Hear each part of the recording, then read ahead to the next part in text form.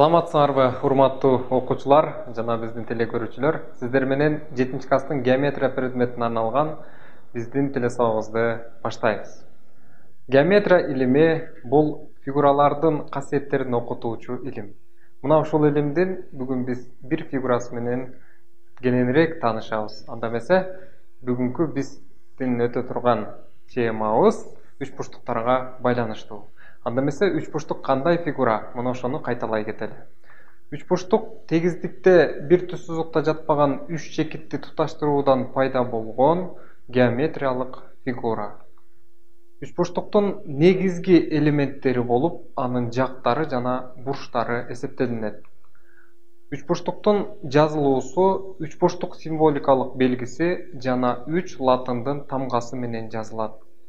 Жактары АБ, БС, СА. Жана ошондой эле латындын кичине АБС тамгалары менен жазсак болот.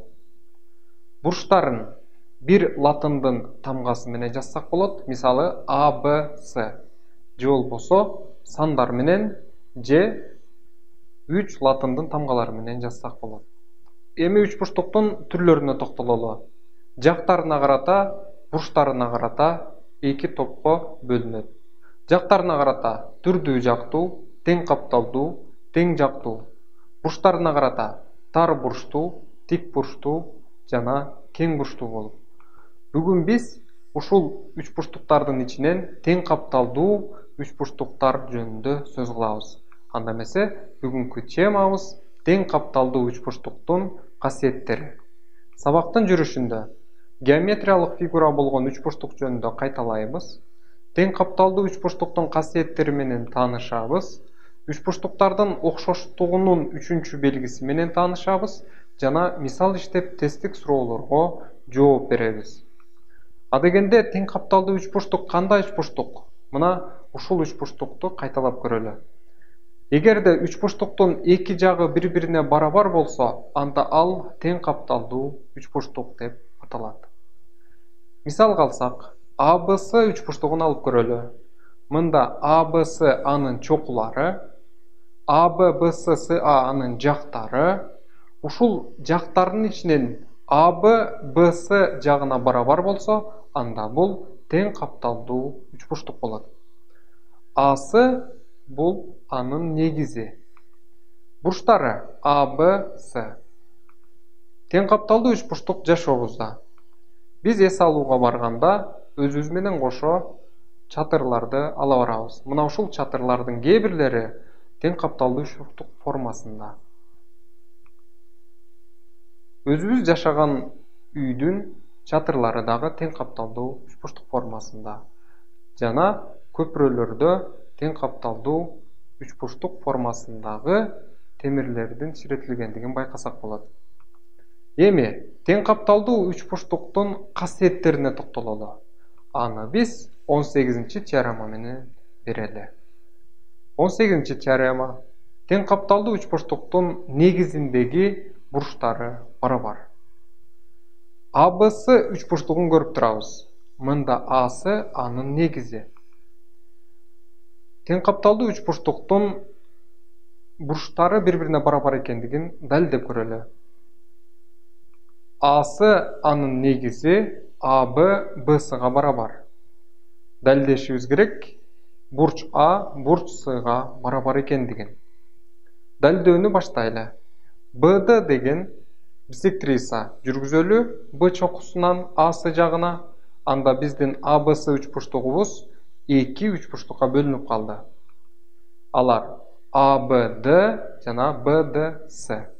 Ушул эки үч бурчтук балдар бири-бирине барабар экендигин далилдей турган болсок, анда биз тең капталдуу үч бурчтуктун негизиндеги тирелген эки бурчу бири-бирине барабар экендиги келип чыгат. Келгиле далилдөөнү уланталы. 16-теореманы эске салайын. Бул 16-теорема үч бурчтуктардын барабардыгынын биринчи белгиси болуп эсептелинет. Эгерде бир үч бурчтуктун эки жагы жана алардын арасындагы бурчу экинчи үч бурчтуктун тиешелүү эки жагына жана алардын арасындагы бурчуна барабар болушса, анда ал эки үч бурчтук барабар деп аталат. Мына ушул 16 теореманын негизинде биздин ABD жана BDS üçburчтуктары бири-бирине барабар. Эмне себептен? Анткени BD бул эки üçburчтук үчүн жалпы жак болуп эсептелинет. Жана ошондой эле бурч 1 бурч 2ге барабар. Мындан келип чыгат бурч А бурч S'га барабар экендиги. Демек теорема толук далилденди. Мына ушул теоремага байланыштуу төмөндөгүдөй мисал айтсак. Эгерде тең капталдуу üçburчтуктун А бурчу 27 градус болсо, анда С бурчу дагы сөз түрдө 27 градус болот. Ушул теоремага байланыштуу төмөндөгүдөй мисалды иштеп көрөлү.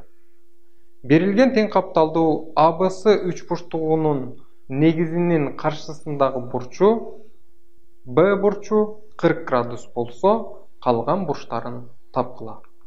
Чиймесин көрөлү. АБС üçburчтугу Асы негизинин каршысында жаткан Б бурчу 40 градус табуу керек бурч А жана бурч S'ны. Чыгаруу. Биз төмөндөгүдөй теореманы эске салып көрөлү. Ал 15-чи теорема болчу.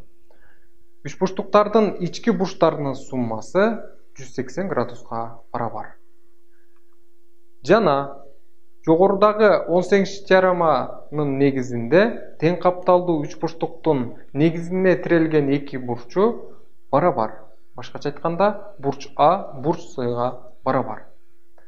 Мындан биздин теңдемебиз 2 бурч А кошуу бурч Б барабар 180 градуска өзгөрөт. Бурч Б'нын ордуна 40 градусту койсок, анда бурч А көбөйтүү 2 барабар 140 градус. Мындан бурч А 70 градус экендиги келип чыгат. Демек, биздин мисалдагы бурч А табылды, ал 70 градус. Бурч А бурч S'га барабар. Анда бурч С дагы 70 градус. Жооп жазсак болот. Жообу төмөндөгүдөй.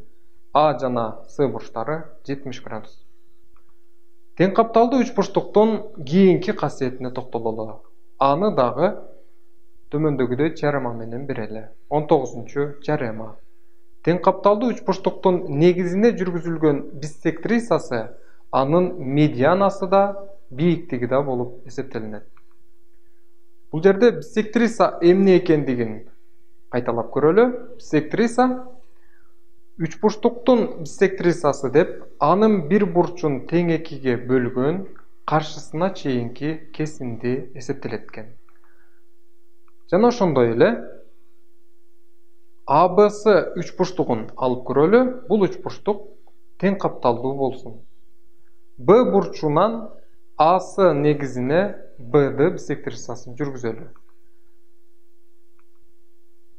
Ушул биссектриса медианада бийиктик болорун азыр далилдеп көрөбүз. Медиана бул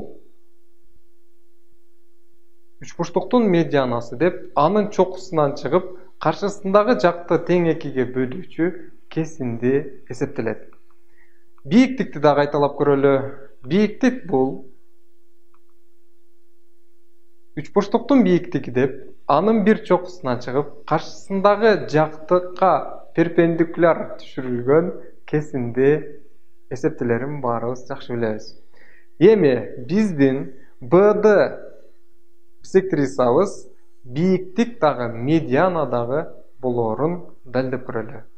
Далилдөө. Биринчи, ушул биссектриса медиана болоорун далилдейбиз. Башкача айтканда, АД ДСга барабар экендигин изилдеп көрөбүз. Анда эмесе далилдөөнү баштадык. Биздин БД биссектрисабыз АБС üçburчтугун 2 üçburчтукка бөлөт. Ал 2 üçburчтук бири-бирине барабар. Эмне себептен? Анткени бул жерде üçburчтуктардын барабардыгынын экинчи белгисинин негизинде.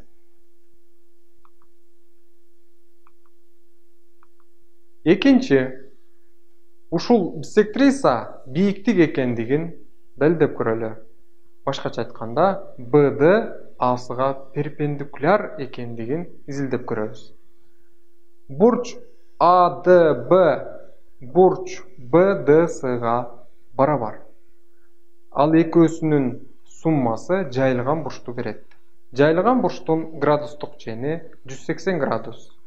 Бул эки бурч болгондуктан аны экиге бөлөбүз. Жана 90 градус алабыз. 90 градус бул тик бурч.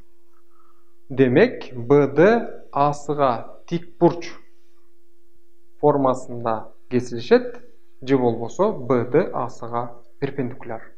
Башкача айтканда, биздин биссектриса BD медианадагы бийиктик дагы боло алат экен.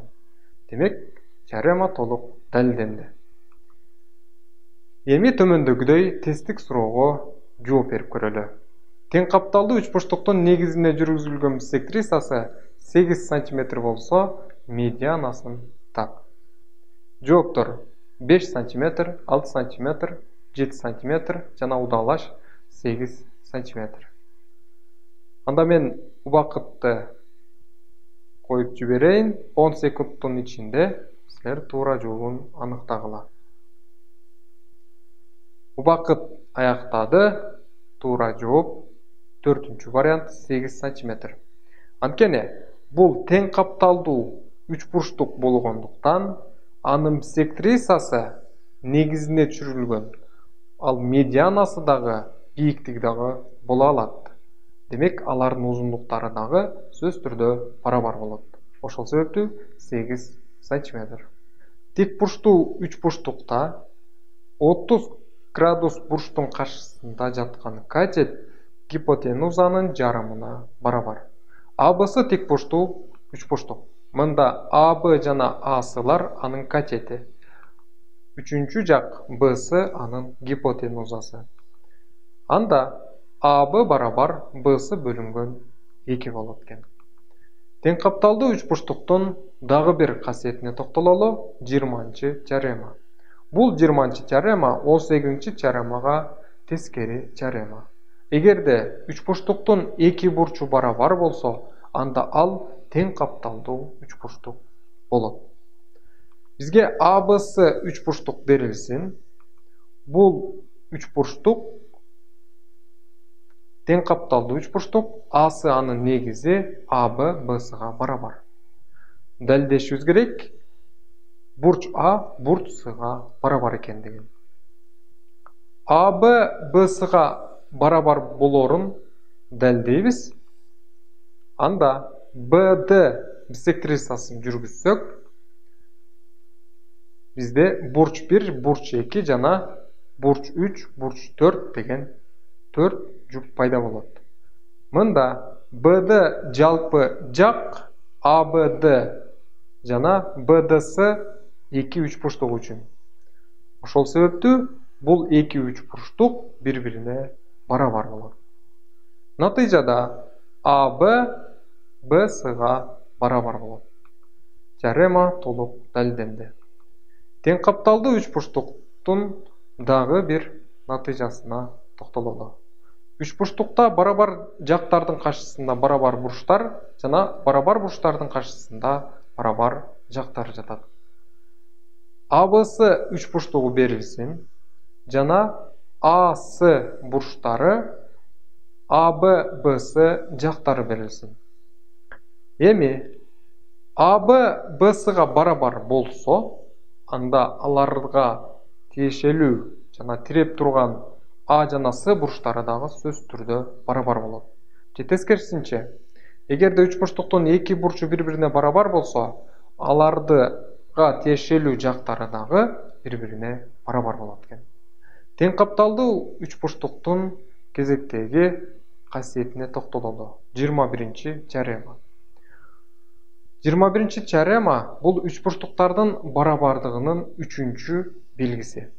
Эгерде бир үч бурчтуктун үч жагы экинчи үч бурчтуктун тиешелүү үч жагына барабар болсо, анда ал үч бурчтуктар барабар болушат. Далилдөө. АБсы үч бурчтугу берилсин. Бул үч бурчтукта B'da D1 болгондой кылып, экөөсү бири-бирине барабар болгондой кылып, B1 кесиндисин жүргүзөбүз. A B1 жана S чекиттерин туташтыруу менен A B1 S үчбурчтугун алабыз. Далилдешибиз керек. AB A B1-ге, BS B1 S-га барабар экендигин.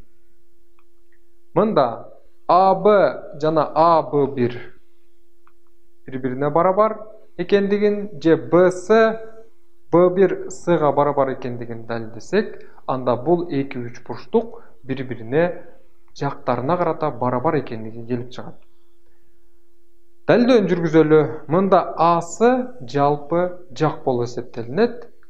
Жана ушунун натыйжасында биздеги B1 кесиндисинен A B1 жана BS B1 деген эки үчбурчтукту алдык. Бул үчбурчтуктар тең капталдуу үчбурчтуктар. AB A B1 бири-бирине барабар болот тең капталдуу болгондо, жана B1 S жана BS жактары дагы бири-бирине барабар. Демек, A B1 бири-бирине барабар, BS B1 S-га барабар. Теорема демек толук далилденди. Ушул теоремага байланыштуу төмөндөгүдөй тесттик суроону силерге берип көрөйүн. Берилген үчбурчтуктар барабарбы? Бизге ABC жана DMN деген эки үчбурчтук берилди. Алар бири-бирине барабарбы деген суроо узатылды. Жана силер туура жоопту 10 секундтун ичинде аныктап белгилеп көргүлө.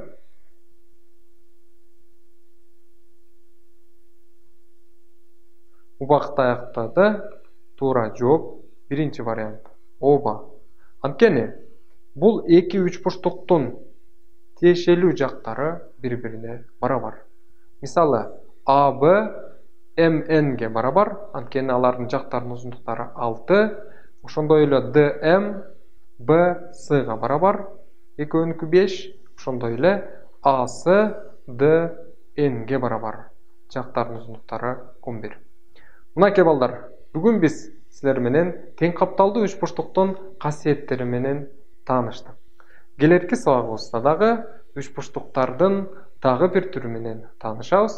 Анда эмесе келерки телесабагыбызга чейин сак саламатта калыңыздар.